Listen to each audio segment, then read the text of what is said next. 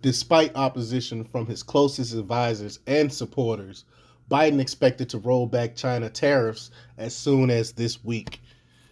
There's more and more evidence stacking up against Biden that shows that he he's basically ran by China. China owns Biden. They got all the dirt on him.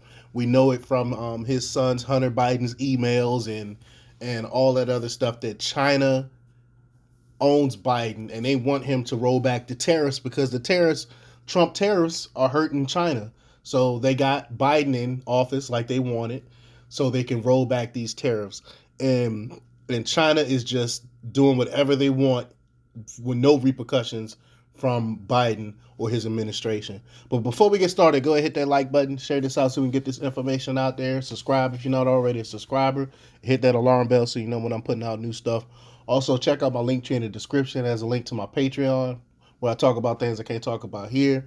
And there's a link to my merch store. All right, let's talk about this news. Joe Biden woke up on July 4th, failed miserably when trying to read one word from the teleprompter. It was horrible.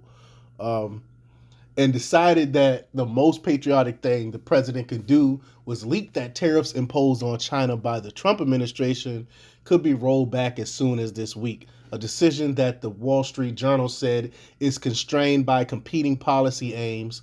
On one hand, addressing inflation because supposedly easing tariffs will somehow shrink inflation, which is untrue, while on the other hand, maintaining economic pressure on Beijing. Not that has been a policy goal of Joe Biden, who has become China's de facto Manchurian candidate, courtesy of his son, Hunter Biden. And we went over all the crazy stuff that's on his laptop. Citing people familiar with the situation, the journal writes that what comes next could include a pause on tariffs on consumer goods such as clothing and school supplies, as well as launching a broad framework to allowing importers to request tariff rate waivers. So this is crazy. They'll get waivers. The Office of the U.S. Trade Representative is conducting a mandatory 4-year review of the Trump-era tariffs, a comment period for businesses and others who have benefited from the tariffs will close July 5th, giving the administration an opportunity to collaborate its policy. A tariff rollback could mark Biden's first major policy step on trade ties between the world's two biggest economic powers. The president in recent weeks held a number of meetings with senior economic advisors where options for a decision on the Trump-era tariffs were discussed, Bloomberg adds, citing its own sources. Hints that the Biden administration is considering an easing in some of the tariffs on a $300 billion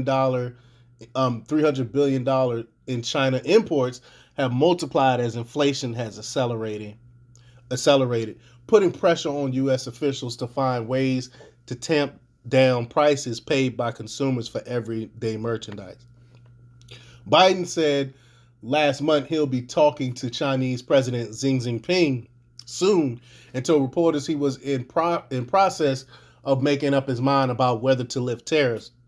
Some members of Biden's cabinet suggested he use the upcoming call with Xi to ask him for reciprocal tariff cuts on American goods currently facing import duties. Though the idea was quickly shot down, the people said, of course they don't want to ease our tariffs because that makes too much sense. They just want to ease their tariffs. And Biden, of course, will go along with it because, again, China owns Biden.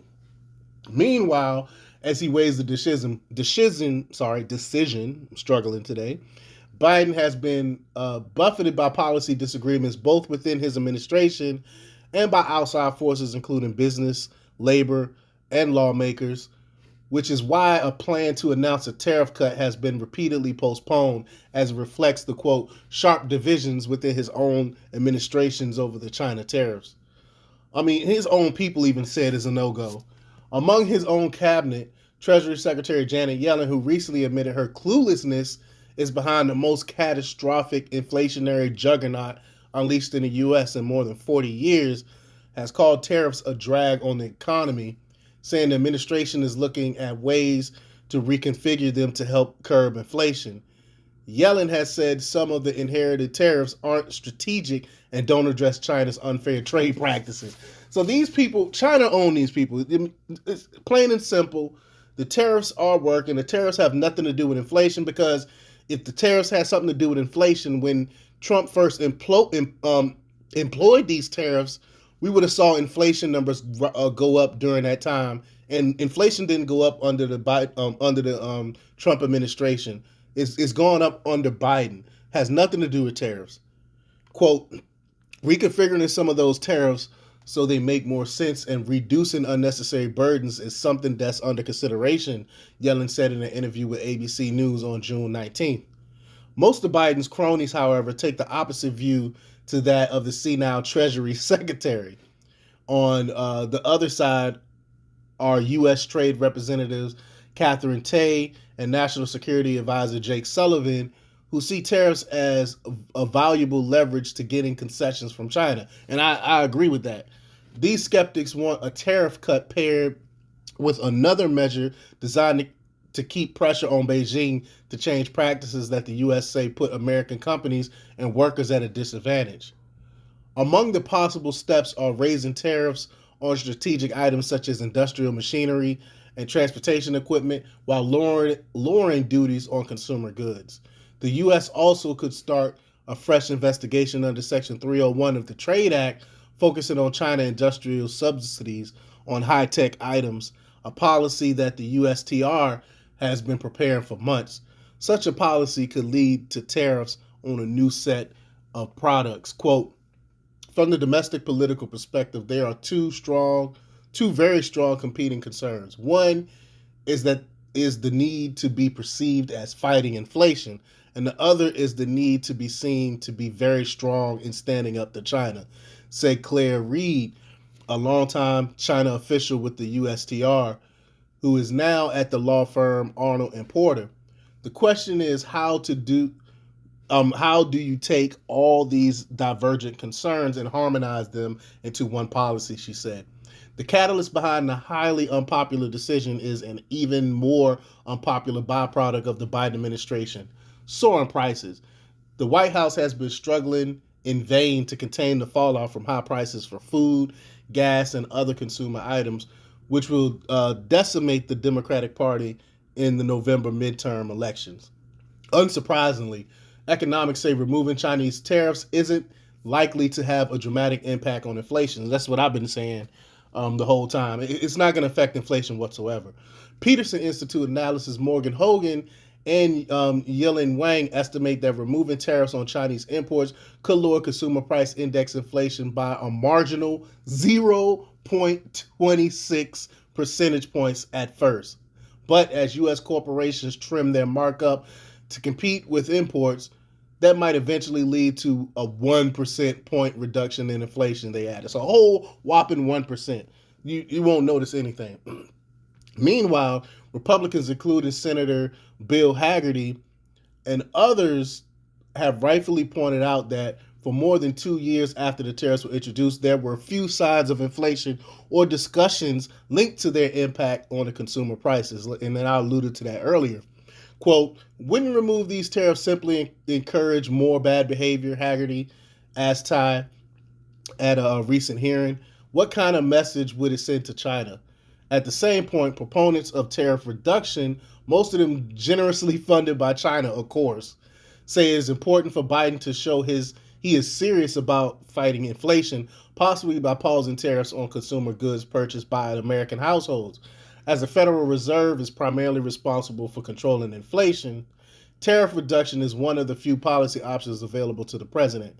Biden himself has said in recent weeks that he is considering a tariff cut, noting that the levies were introduced by the previous administration. Of course, this is being the Biden administration, where every incremental decision only lead to more chaos and pain. A decision to drop tariffs would only lead to even more acute attacks on the White House, as it was Biden-owned advisors such as Tay, previously appointed by Biden, who has repeatedly defended the tariffs as a useful tool in confronting China over its trade policies. Quote, the China tariffs are, in my view, a significant piece of leverage And a trade negotiator never walks away from leverage, Ms. Tsai told a Senate subcommittee meeting on June 22nd. For its part, China has long pressed the U.S. to ease the tariffs, contending that they hurt both countries. Quote, with inflation rates running high across the globe, the U.S. needs to lift all additional tariffs imposed on China, as this will serve the interests of businesses and consumers and benefit both countries and the world at large. Chinese Foreign Ministry spokesman Wang Wenbin said at a June 15 press conference. Of course, because that's what they want. As the main weapon of his trade war with China, former President Donald Trump imposed tariffs ranging from 7.5% to 25% on Chinese imports worth roughly $370 billion over 4 rounds between July 2018 and September 2019. The action was based on the findings of Section 301 investigation over China's practices related to technology transfer and intellectual property. While earlier rounds of the tariffs were placed on strategic items closely linked to the investigation, the lists were later expanded to consumer goods as Trump officials ramped up pressure on Beijing. And it worked. There is one reason why we should be skeptical that that Biden will order tariff cuts.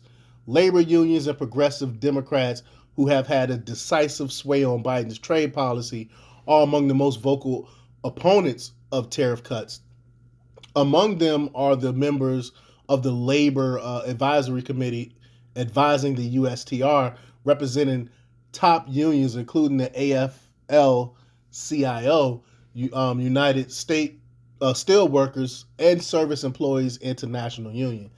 They noted that nothing has changed in China practices since Trump's 301 investigation that would merit lifting the tariffs.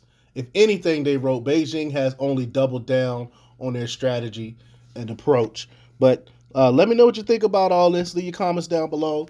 Like, share, and subscribe. And check out democrapublics.com for the latest in news. Until next time, peace.